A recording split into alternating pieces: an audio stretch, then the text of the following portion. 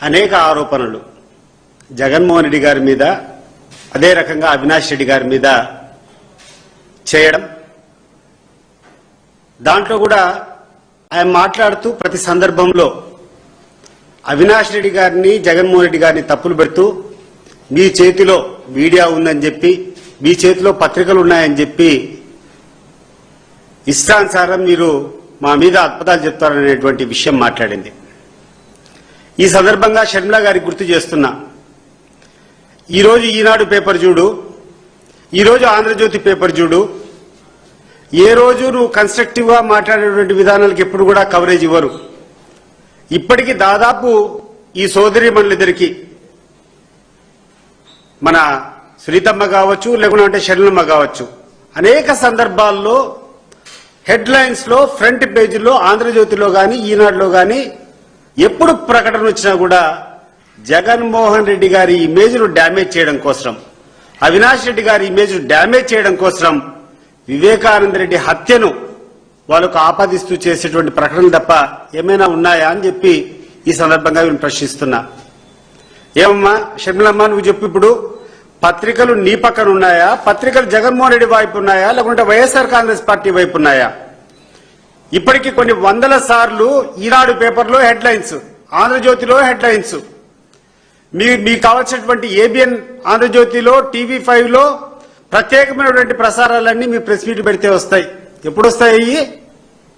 రాజశేఖర రెడ్డి గారి తనయుడు జగన్మోహన్ రెడ్డి గారు మీరు ఎప్పుడు విమర్శిస్తారో వీళ్ళందరూ కూడా పెద్ద ఎత్తున వచ్చి నీ ప్రచారానికి జగన్మోహన్ రెడ్డిని ఆయన ఇమేజ్ ను మసకబారే దానికోసం ప్రయత్నాలు చేస్తున్నారు తప్పితే, నువ్వు ఒక Congress party president, Congress party president గా నువ్వు చేసేటువంటి ఏ కార్యక్రమాలైనా వీళ్ళ దగ్గర నుంచి నీకు సపోర్ట్ వచ్చిందా? ఈరోజు షర్మిలమ్మ గారు ఈరోజు ఆలోచన చేయాలా. కాబట్టి తప్పుడు ప్రచారాలను, తప్పుడు మాటలను మానుకోవాలని చెప్పి ఈ సందర్భంగా షర్మిలమ్మ గారికి చెప్తున్నాను. ముఖ్యంగా ఆమె చేసేటువంటి అభియోగాలు ఏ చెల్లెలకు కూడా ఇటువంటి అన్న దొరకకూడదు అని చెప్పి మాట్లాడడం జరిగింది. నేను అడుగుతున్నాను షర్మిలమ్మ గారిని, అమ్మా ఏం తక్కువ చేశాడమ్మా మీ అన్న నీకు? నువ్వేదో మాట్లాడితే విల్లు మా తండ్రి రాసినటువంటి విల్లు అని చెప్తావు. మీ తండ్రి విల్లు రాస్తే మీ తండ్రి విల్లు ఆయన సంపాదించినటువంటి ఆస్తుల మీద ఉంటుంది తప్పితే, మీ సోదరుడు సంపాదించినటువంటి ఆస్తుల మీద విల్లు రాసేటువంటి అవకాశం ఎక్కడికైనా తండ్రికి ఉంటుందా? ఒకసారి ఆలోచన చేసి చెప్పాలా. ఎందుకంటే మేమందరం కూడా ఈ సమాజంలో బతుకుతున్నాం. మాకు అక్క చెల్లెళ్ళు ఉండారు, మాకు కూడా కుటుంబాలు ఉన్నాయి, మాకు కూడా అంత ఇంత చట్టాలు తెలుసు. రాజశేఖర రెడ్డి గారి ద్వారా ఏదైనా ఆస్తి సంపాదించింటే ఆ ఆస్తిలో నీకు రావాల్సినటువంటి వాటా, ఆస్తి సంపాదించింటే ఆ ఆస్తిలో నీకు రావాల్సినటువంటి వాటా వచ్చిందా లేదా అనేటువంటి విషయం ఈరోజు నువ్వు సమాధానం చెప్పాల్సినటువంటి అవసరం ఉంది. నీకు 1995లో నీకు వివాహమైంది. ఆ రోజు నుంచి 30 సంవత్సరాల క్రితం నీకు పెళ్లి అయిపోయినా, రాజశేఖర రెడ్డి గారి కుటుంబంతో నీకు కట్ అయినా కూడా నీకు ఆ రోజు రాజశేఖర రెడ్డి గారు రాసినటువంటి ఆస్తులు, ఆయన విల్లు అంతా ఒకసారి నీకు మళ్ళా ఒకసారి చెప్తున్నాను. హైదరాబాద్ బంజారా హిల్స్ లో రోడ్ నెంబర్ 2లో ఇంటిని రాజశేఖర రెడ్డి గారు నీకు ఇచ్చారా లేదా? అదే రకంగా ఇడుపులవాయిలో 51 ఎకరాల భూమి మీకు ఇచ్చారా లేదా? అదే రకంగా 15 మెగావాట్లు SRS hydro project, small hydro project మీకు ఇచ్చారా లేదా? అదే రకంగా స్వస్తి పవర్ హైడ్రో ప్రాజెక్టులో 22.5% షేర్లు మీకు ఇచ్చారా లేదా? విజయవాడలో యువరాజ్ థియేటర్ దాంట్లో 35% వాటా రాజశేఖర రెడ్డి గారికి ఉండేదంతా మీకు ఇచ్చారా లేదా?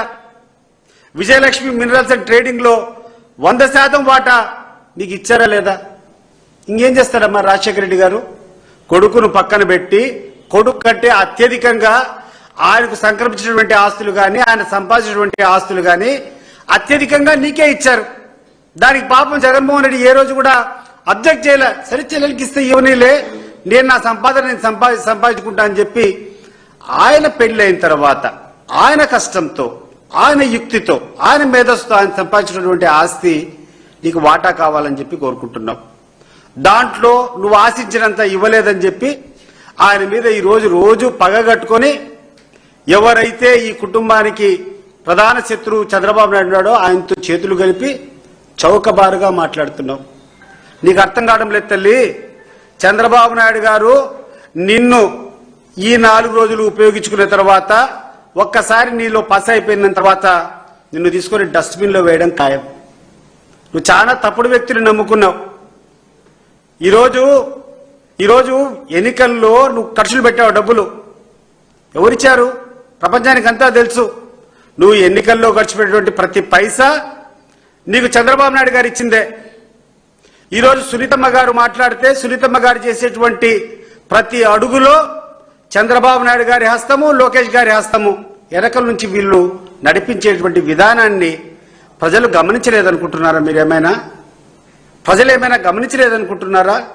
ఇప్పటికైనా దయచేసి స్పష్టి చెప్పండి. ఈ చౌకబారు రాజకీయాలకి, ఈ చౌకబారు విధానానికి దయచేసి స్పష్టి పలకాలని చెప్పి ఇద్దరు సోదరిమణులను సునీతమ్మని కానీ లేకుంటే షర్మిలమ్మ కానీ చేతులెత్తి జోడించి మిమ్మల్ని కోరుకుంటున్నాను. మీరు ఎంత దూరం జగన్మోహన్ రెడ్డి గారిని అప్రతిష్ట పాలు చేయాలని ప్రయత్నం చేస్తే ప్రజల దృష్టిలో మీరు అంత భయంకరంగా మీకు చెడ్డ పేరు వస్తుంది. గుర్తుపెట్టుకో. ఇప్పుడే అనరాని మాటలు మీ చెవులు చేరుతున్నాయో లేదో కానీ ఎక్కడ కామన్ పర్సన్స్ ఉన్నా కూడా ప్రతి ఒక్కరూ మాట్లాడుకునేటువంటి విధానం ఏంటంటే ఇటువంటి పనికి మాలినటువంటి సోదరి మాకు ఉండకూడదు. జగన్మోహన్ రెడ్డికి ఉన్నటువంటి పనికిరాని సోదరి లాంటి సోదరులు మాకొద్దు, సోదరి మనులు మాకొద్దు అని చెప్పి ఈరోజు ఆంధ్ర రాష్ట్రం అంతా వెనకాల గుసగుసలాడుకుంటారు. అది నీ చెవుకు చేరిందో లేదో నాకు అర్థం కావడంలే. నువ్వు ఏ రోజు మాట్లాడినా నువ్వు PCC president, Pradesh Congress president అంటే కాంగ్రెస్ పార్టీ యొక్క గలం విప్పాల్సినటువంటి వ్యక్తివి, కాంగ్రెస్ పార్టీ యొక్క ఆశయాలను ప్రజల్లోకి తీసుకోవాల్సినటువంటి వ్యక్తివి. కానీ నువ్వు చేస్తున్నదేదమ్మా, you have become a mouthpiece of Chandrababu Naidu and Lokesh.